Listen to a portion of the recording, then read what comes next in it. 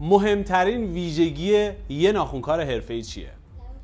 بازار خوب لاین ناخن و درآمد ثابتی که این لاین داره باعث شده خیلی از افراد به این لاین علاقه‌مند بشن. تو این پست میخوام چند تا ویژگی فوق‌العاده و ضروری برای تبدیل شدن به یه ناخنکار حرفه‌ای رو با شما به اشتراک بذارم.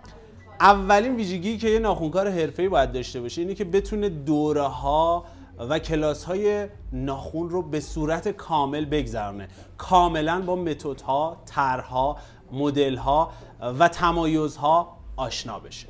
دومین نکته اینه که حتما یه مدت به عنوان دستیار و کارورز در کنار یه افراد حرفه‌ای آموزش ببینه، تخصص پیدا بکنه و مهارت رو پیدا بکنه.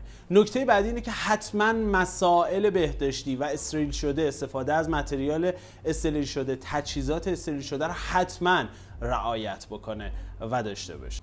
نکته بعدی حتما به روز باشه و تکنیک ها، مدل ها، طرح‌ها رو همیشه بدونه و به روزترینش رو بتونه اجرا بکنه.